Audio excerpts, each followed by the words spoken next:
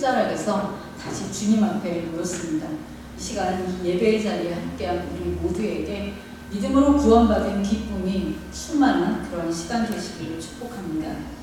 오늘 아까 광고 말씀에도 말씀드렸듯이 존 웨슬리 회심 기념주일입니다.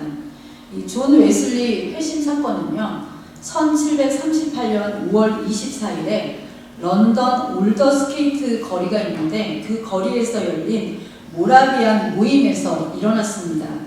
그는 마르틴 루터의 로마서 서문을 듣던 중에 나는 내 마음이 이상하게 따뜻해지는 것을 느꼈다.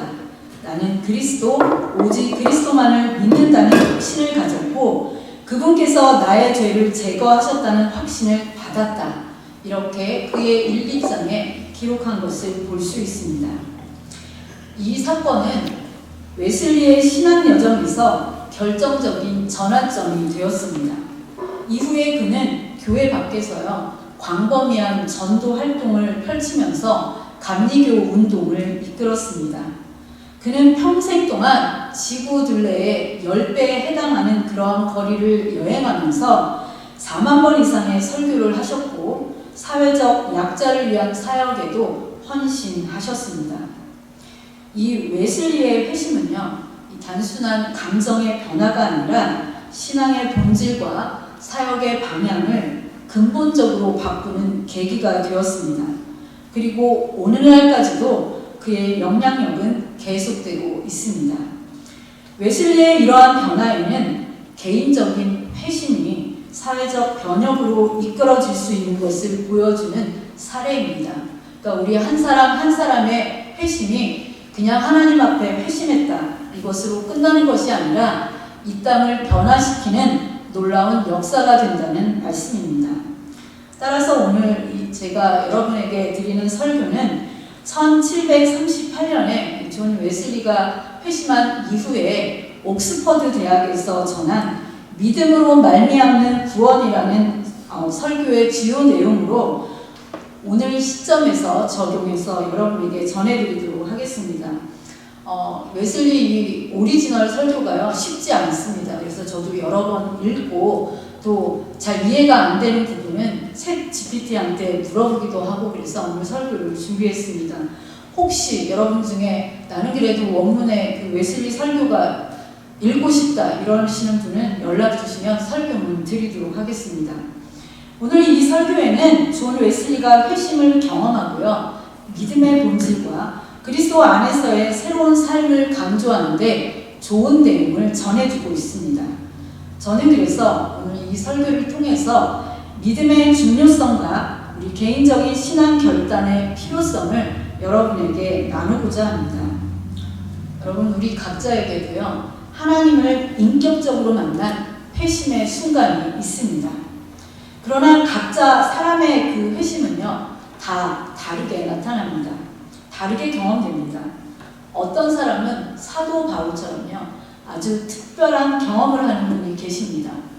그렇지만 어떤 분은 이게 회심인가? 이러한 생각을 하는 그런 경우도 있는 그런 회심을 하기도 합니다.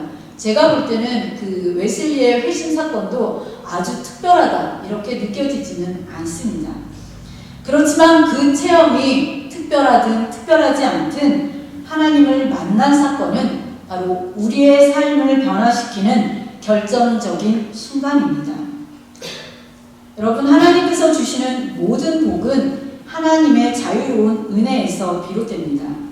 그 은혜는 인간의 행위나 공로로 주어지는 것은 아닙니다. 오직 하나님의 은혜이면서 믿음으로 받게 됩니다.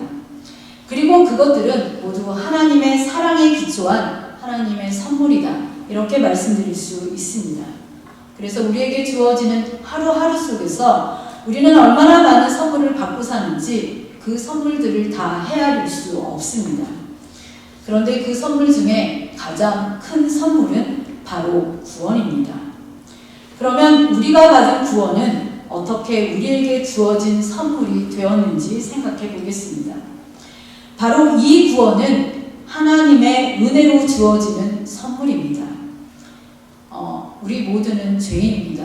여러분에게 죄인이라고 하면 혹시 마음이 불편하실 수도 있는데 저를 포함한 모든 사람이 한 사람도 예외 없이 모두 다 죄인입니다. 따라서 우리가 가진 무엇을 가지고 우리 자신의 죄를 대속할 수 없습니다. 사람의 공로로 죄가 해결되지 않는다는 이야기입니다. 만약 우리 인간에게 어떤 공로가 있고 거룩함이 있다면 그것 또한 우리 인간 자체가 가지고 있는 것이 아니라 하나님께 속한 것이라고 말씀드릴 수 있습니다. 그러므로 우리 사람에게 있는 죄는 대속함이 필요합니다. 그래서 우리가 받은 구원은 나의 공로나 행위로 된 것이 아닙니다.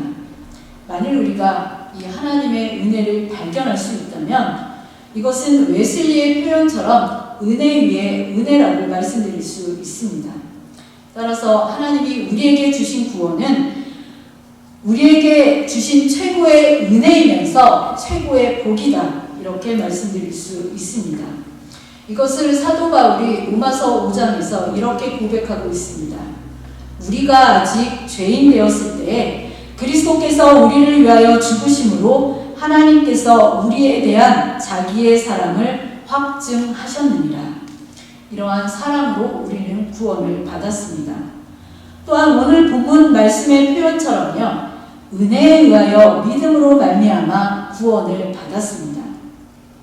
그래서 이 은혜는 구원의 원천이면서 믿음은 구원의 조건이라고 말씀드릴 수 있습니다. 따라서 이 믿음은 우리가 안다, 이러한 차원이 아니라 예수 그리스도를 통한 구원의 확신과 신뢰입니다. 이 믿음을 통해서 우리는 죄사함을 받을 수 있고 또 하나님의 자녀로서 새로운 삶을 시작하게 된 것입니다. 이런 하나님의 은혜를 받은 우리가 생각해야 할 세 가지가 있다고 웨슬리는 말합니다. 첫 번째는 어떤 믿음이 우리를 구원에 이르게 합니까? 두 번째는 믿음으로 말미암는 구원이란 무엇입니까? 세 번째는 오직 믿음으로 구원받았다는 가르침에 대한 오해에 어떻게 답할 것입니까? 아마 여러분들이 평소에 궁금해하셨던 그런 부분, 성경 말씀을 읽으면서도 이게 뭐지? 아마 이렇게 생각하셨던 부분의 답이 아닐까 싶습니다. 첫 번째 대전제는 구원은 오직 믿음으로 말미암는다는 사실입니다. 그 첫 번째 대전제에 대한 질문이 그것입니다. 이 오직 믿음으로 말미암는 이 구원이 우리의 어떤 믿음에서 구원에 이르게 하는가? 이거에 대한 질문입니다. 웨슬리는 우리가 구원받은 믿음에 대해서 세 가지 다른 신앙과 비교하고 있습니다. 첫 번째, 우리가 받은 믿음은 이교도의 신앙과 다르다라고 이야기합니다. 여러분, 이교도의 신앙이란 무엇입니까? 이교도의 신앙이라는 것은 그리스도를 알지 못하는 이들이 가지는 최소한의 도덕적 또는 자연적 신앙의 상태를 의미합니다. 이 신앙으로는 구원받을 수 있지 않습니다. 일반 계시, 이 일반 계시라는 것은 하나님께서 자연이나 역사나 또한 양심을 통해서 모든 사람에게 보여주시는 그런 보편적인 계시를 뜻하는데, 이런 일반적인 계시와 우리 모두에게 주신 양심을 통해서 도달할 수 있는 인간 본성 차원의 신앙이 이교도의 신앙입니다. 그러니까 하나님을 믿지 않아도 옳고 그름을 판단할 수 있다는 말입니다. 두 번째, 구원을 얻게 하는 이 믿음은 마귀의 신앙과도 다르다고 이야기합니다. 마귀의 신앙은요, 이교도의 신앙보다도 훨씬 앞서 있습니다. 이교도의 신앙은 하나님이 계시는 것까지는 인정하지만 진정으로 하나님이 누구인지는 알지 못합니다. 그러나 마귀는요, 하나님이 은혜가 많으시며 의로우시며 죄를 벌하시는 심판의 주이시며 능력이 많으신 하나님이라는 것을 알 뿐만 아니라 예수님이 하나님의 아들로서요 그리스도이신 것도 알고 있기 때문입니다. 누가복음 4장 34절에 보면요, 이 마귀가 예수님을 만났을 때 뭐라고 이야기하냐면, 나는 당신이 누구인지를 아노니 하나님의 거룩한 자니이다, 이렇게 이야기하는 것을 통해서 예수님이 누구인지 알고 있었다는 것을 보여줍니다. 또한 이 마귀는요, 사도행전 16장 17절 말씀에서 그가 바울과 우리를 따라와 소리질러 이르되 이 사람들은 지극히 높은 하나님의 종으로서 구원의 길을 너희에게 전하는 자라, 이렇게 이야기하고 있는데, 바로 사도 바울과 그의 일행에 대해서 복음을 증거하는 것을 이렇게 칭송하는 그러한 것도 볼 수 있습니다. 이 마귀는 하나님의 말씀을 알고 두려웠답니다. 마귀의 신앙도 이 정도입니다. 여러분, 우리의 신앙이 마귀의 신앙보다 못하다면 그것은 심각한 문제입니다. 그러나 이 마귀는 하나님을 알고 그리스도를 알지만요, 자신의 하나님으로 믿지 않고 예수님을 자신의 구주로 받아들이지도 않습니다. 세 번째, 우리를 구원에 이르게 하는 믿음은 예수님이 이 세상에 계실 때요, 제자들이 가졌던 믿음과도 다른 것이라고 이야기합니다. 제자들은 주님을 믿어서요, 자신들의 모든 것을 버리고 예수님을 쫓았습니다. 기적을 행하는 능력을 가져서 병자를 고치면서 마귀를 제어할 능력과 권위를 가졌습니다. 더 나아가서 제자들의 믿음은 하나님 나라를 전파하기 위해서 주님으로부터 파송받았습니다. 그러나 그러한 믿음도 엄밀한 의미에서 우리가 받은 그러한 구원받은 믿음은 아니라는 것입니다. 그러면 어떤 믿음이 우리를 구원에 이르게 하는 것입니까? 이 믿음은 그리스도를 믿는 신앙입니다. 그리스도와 그리스도를 통해 나타나신 하나님이 우리 신앙의 대상입니다. 그러므로 우리의 신앙은 이교도의 신앙과도 구별됩니다. 더 나아가서 우리의 믿음은 마음으로 믿는 신앙입니다. 그 말씀에 대해서 로마서 10장 9절에서 10절 말씀이 이렇게 증거하고 있는데, 9절은 제가 읽고 10절은 여러분이 읽도록 하겠습니다. 내가 만일 내 입으로 예수를 주로 시인하며 또 하나님께서 그를 죽은 자 가운데서 살리신 것을 내 마음에 믿으면 구원을 받으리라.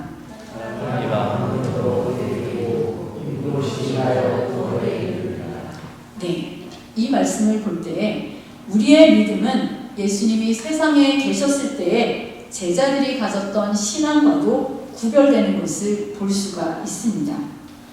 우리의 믿음은 예수님의 죽으심의 필요성과 공로, 그리고 예수님의 부활 능력을 믿는 것입니다. 또 우리의 믿음은 예수님이 우리의 범죄함으로 십자가에 내어줌이 되셨고, 또한 우리를 의롭다고 인정하시기 위해서 다시 살아나신 분이심을 믿습니다. 그래서 예수님의 이 죽으심이 인간을 영원한 죽음에서 구속하시는 유일하고도 가장 완벽한 방법임을 우리가 믿습니다. 또한 예수님의 이 부활을 통해서 우리의 생명이 썩지 않을 것으로 회복된다는 것도 믿습니다.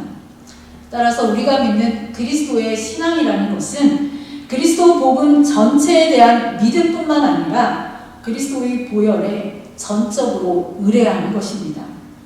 다시 말하면 예수님의 생명, 죽음, 예수님의 부활의 공로를 신뢰하면서 우리를 위하여 자신을 버리시고 또한 우리 안에 살아 역사하시는 우리의 대속자가 되시면서 생명이신 그리스도를 온전히 의뢰하는 것, 전적으로 의존하는 것이 우리의 신앙입니다. 모태신앙이었던 한 청년이요, 교회에 출석은 오래 했지만 자신의 그 가진 신앙이 부모의 신앙인지 아니면 환경으로 인한 신앙인지 고민하고 있었습니다. 그래서 어느 날 기도를 열심히 하고 있었는데 예수님이 정말 나를 위해 죽으셨다는 것이 믿어지는 것입니다. 기도 중에 그것이 믿어지니까 예수님을 나의 구주로 그렇게 고백하게 되었습니다. 그날 이후에 이 청년은 신앙의 열심보다는 하나님이 그를 얼마나 사랑하시는지 그것을 먼저 묵상하게 되었다고 이야기하는 것을 들었습니다.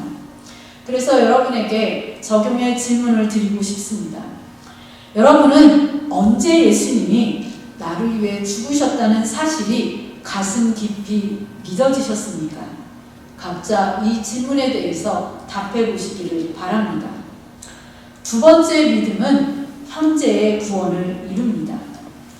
두 번째 믿음과 관련해서 우리가 생각할 질문은 믿음으로 말미암은 구원이라는 것은 무엇입니까? 이것에 대한 답입니다. 여러분, 우리가 받은 구원은 미래를 위한 구원이 아닙니다. 우리가 받은 구원은 현재의 구원입니다. 우리가 받은 구원은 미래의 소망을 위해서가 아니라 현재, 지금의 현실이라는 것입니다. 그래서 사도 바울은 이야기하기를 오늘 에베소 성도들에게 2장 8절에서 이렇게 이야기합니다. 너희가 그 은혜에 의하여 믿음으로 말미암아 구원을 받았으니, 이렇게 말하고 있습니다.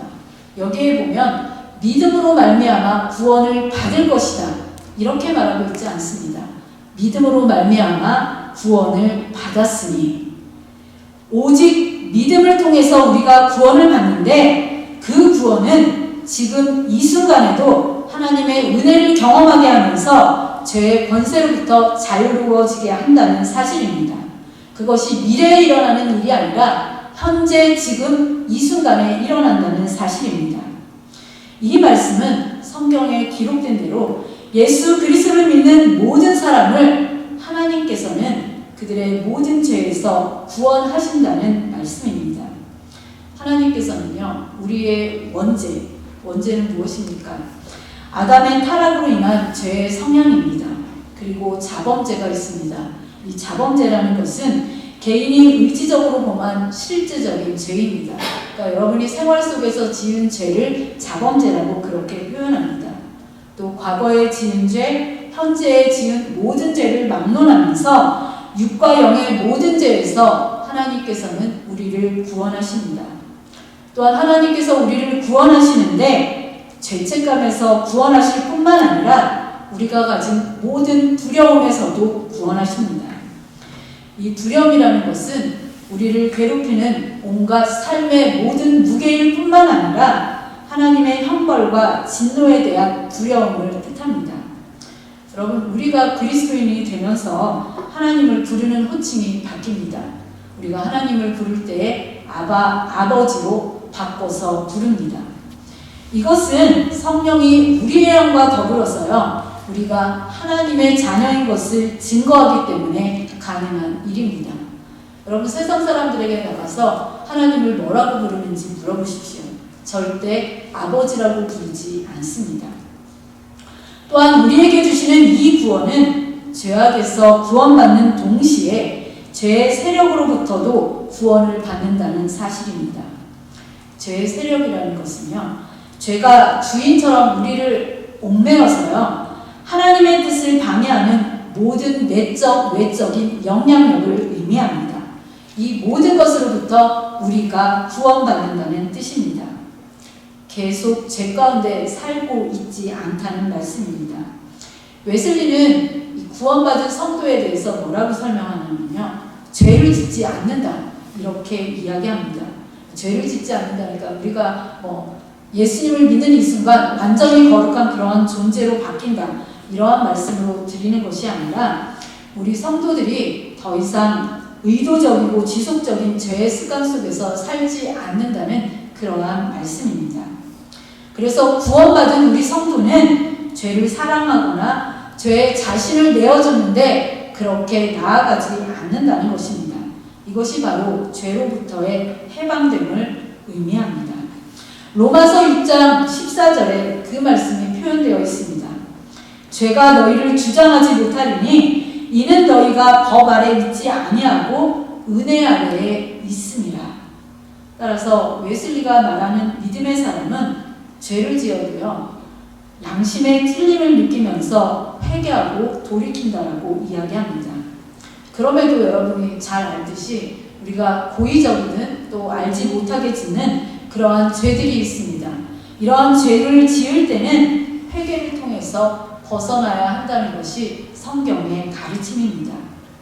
참된 믿음을 가진 사람은 하나님 앞에 늘 깨어있기 때문에 죄에 대해서 민감하게 의식하면서 즉시 회개하는 삶을 살아갑니다. 그것이 바로 우리의 성도의 모습입니다. 죄의 세력에서의 이 구원이라는 것은 우리 그리스도인으로 변화된 사람이 완벽한 삶을 살아간다는 뜻이 아니라 죄를 멀리하면서 하나님을 향해서 살아가는 그러한 방향성을 이야기합니다. 믿음으로 말미암아 시작된 우리의 삶에는요, 죄를 능히 이기는 능력을 가지고 있습니다. 하나님께서 우리 모두에게 그러한 능력을 주셨습니다. 뿐만 아니라 우리 모두는 그리스도 안에서 점진적으로 하루하루 성숙해 간다는 것을 말씀드릴 수 있습니다. 어떤 자매가 직장 내에서 갑작스러운 해고를 당했습니다. 여러분, 직장 내에서 갑작스럽게 해고를 당한다면 어떻게 되겠습니까?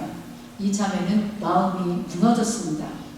그렇지만 말씀을 묵상하던 중에 너는 내 사랑하는 자녀다, 너를 버리지 않는다라는 이 말씀이 떠올라서 눈물이 났다고 합니다. 이후에 그녀는 구직 활동을 하는 여러 가지 어려운 일들을 만나게 되었지만 두려움보다는, 불평보다는 평안 가운데 살 수 있게 되었다고 고백하는 것을 들었습니다. 여러분에게 적용할 수 있는 질문 두 번째는, 요즘 내가 겪고 있는 어려움 속에서 나는 구원받은 자로 어떠한 마음으로 살아가고 있는지 여러분 스스로 답해 보시기 바랍니다. 세 번째, 믿음은 선한 열매를 맺습니다. 이 세 번째에 해당하는 질문의 답이 바로 믿음의 선한 열매인데요. 세 번째의 질문은 이것입니다. 오직 믿음으로 구원받는다는 가르침에 대한 오해에 어떻게 대답할 것인가? 이러한 질문을 생각해 보도록 하겠습니다. 믿음으로 구원받는다고 한다. 믿음으로 구원받는다. 이것에 반대하는 사람들이 있었습니다. 반대 의견 첫 번째는 행위는 무시해도 된다는 말이냐? 이러한 질문입니다. 사람들은 믿음만으로 구원이라는 이 말이 도덕적 책임감이나 선행의 중요성을 약화시키는 위험이 있다고 보았던 것입니다. 믿음만으로 구원, 이 말 자체를 들으면 선한 삶을 살지 않아도 믿음만 있으면 된다는 말이냐, 이런 의문을 가질 수 있습니다. 아마 신앙생활 하시는 분들은 대부분 이러한 것에 대해서 의문을 가졌을 것입니다. 이에 대해서 웨슬리는 말씀하시기를요, 믿음은 반드시 선한 열매를 낳는다고 강조합니다. 선한 행위는 구원의 조건이 아니라 구원의 필연적인 결과이면서 살아있는 믿음은 반드시 행함을 낳는다는 것입니다. 야고보 2장에 보면 행함이 없는 믿음은 죽은 믿음이라고 그렇게 정의하고 있습니다. 그래서 참된 믿음은 반드시 사랑과 선함을 드러내기 마련입니다. 예수님께서도 나무의 열매에 대해서 마태복음 7장 16절, 18절에서 이렇게 말씀하셨습니다. 우리 한 절씩 읽으실 때 18절은 함께 읽겠습니다. 그들의 열매로 그들을 알지니 가시나무에서 포도를 또는 엉겅퀴에서 무화과를 따겠느냐.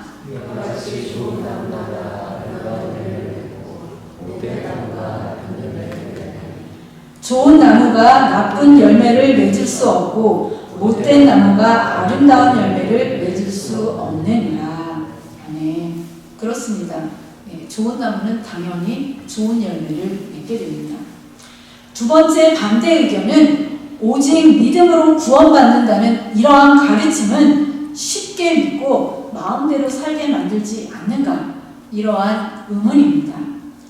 믿음만 있으면 구원이라는 가르침은 사람들이 도덕적으로 타락하거나 도덕적 방종으로 이어질 수 있다라는 그러한 비판이었습니다. 이러한 비판은요, 이 웨슬리가 강조한 믿음과 행위의 관계에 대해서 오해했기 때문에 비롯되었습니다. 웨슬리는 믿음을 통한 구원을 강조하면서도요, 진정한 믿음이라는 것은 반드시 선한 행위와 더불어서 성화를 동반한다고 이야기했습니다. 그래서 믿음은 사랑을 낳고 사랑은 순종을 낳는다고 말하고 있습니다. 믿음과 행위가 떨어져서 행동하는 것이 아니라 긴밀한 연관성이 있다는 말씀입니다. 따라서 웨슬리에게 있어서 믿음으로 말미암는 구원이라는 것은 삶의 변화와 성화를 포함하는 전인적인 구원이었습니다. 우리가 예수님을 믿게 되면서 우리의 삶도 변화되었듯이 우리가 예수 그리스도의 거룩함을 향해서 나아가는 그러한 삶이라고 이야기하는 것이었습니다. 참된 믿음은 사랑으로 역사하는 믿음입니다. 참된 믿음은 사람을 하나님의 뜻에 순종하게 하는 줄로 믿습니다. 다시 말해서 진정한 믿음을 소유한 사람이면 하나님의 사랑에 감격합니다. 그래서 더 순결하고 더 거룩한 삶을 살도록 인도한다는 것이 웨슬리의 생각이면서 오늘 성경이 우리에게 전하는 말씀입니다. 세 번째 반대 의견은요, 오직 믿음으로 구원받는다면 율법은 아무 소용이 없다는 말인가? 이에 대한 의문입니다. 오직 믿음으로 구원받는다고 말한다면 하나님께서 말씀하신 계명들, 도덕적 명령이 무가치해진다는 우려였습니다. 여러분은 어떻게 생각하십니까? 웨슬리는 이에 대해서 말하기를 율법은 우리의 죄를 깨닫게 하는 거울이자 그리스도께 인도하는 초등교사라고 설명합니다. 이 말씀은 웨슬리가 이렇게 표현한 것이지만 성경 말씀에 이미 나와 있는 말씀입니다. 그래서 율법은 구원의 수단이 아니라 죄를 인식하게 하고 오직 그리스도의 은혜를 갈망하게 하는 역할을 하는 것입니다. 그러므로 믿음으로 구원받는다는 말은 절대 면허증처럼 죄를 지어도 된다는 말이 아닙니다. 건강한 믿음, 온전한 믿음은 우리의 삶을 바꾸고 사랑하게 하고 선하게 하고 하나님 앞에 거룩하게 한다는 사실을 반드시 기억하셔야 합니다. 한 교회 집사님이 계셨습니다. 회사에서는 누구보다 성실하셨지만 동료가 실수한 일을 대신 책임질 일이 생겼습니다. 속상하고 화가 났습니다. 그렇지만 그리스도인이었기 때문에 내가 받은 은혜가 너무도 많지, 그러한 생각이 들어서 자신이 동료의 그 잘못을 대신 뒤집었었지만 오히려 그 동료를 감싸주었습니다. 몇 달 후에 그 동료가 교회에 나오게 되었는데요. 나중에 말하기를 그때 집사님이 나를 정죄하지 않고 품어준 것이 잊지 않고 하나님께로 나오는 계기가 되었다라고 말했습니다. 오늘 여러분에게 드리는 적용 질문 세 번째는 나의 믿음이 나의 인간관계나 결정 속에서 어떤 열매를 맺고 있느냐는 질문입니다. 이 질문에도 여러분 각자가 대답해 보시기를 바랍니다. 사랑하는 드림가족 여러분, 우리는 오직 믿음을 통해서 하나님의 은혜로 구원을 받았습니다. 이 믿음은 우리의 삶을 변화시키면서 선한 삶의 열매를 맺도록 이끕니다. 그러므로 우리는 날마다 믿음을 통해서 하나님의 은혜를 경험하며 살아가야 합니다. 웨슬리가 말한 대로 우리는 매일 구원을 얻은 자로 거룩한 삶을 향해서 나아가야 한다는 사실입니다. 우리 안에 성령님이 계십니다. 그 성령님이 이끄시는 대로 구원받은 사람으로 살아가야 합니다. 이 은혜의 복음을 마음 깊이 새기시면서 이번 한 주도 구원받은 믿음으로 살면서 하나님의 자녀답게 빛을 발하는 우리 모든 성도들이 되시기를 소망합니다.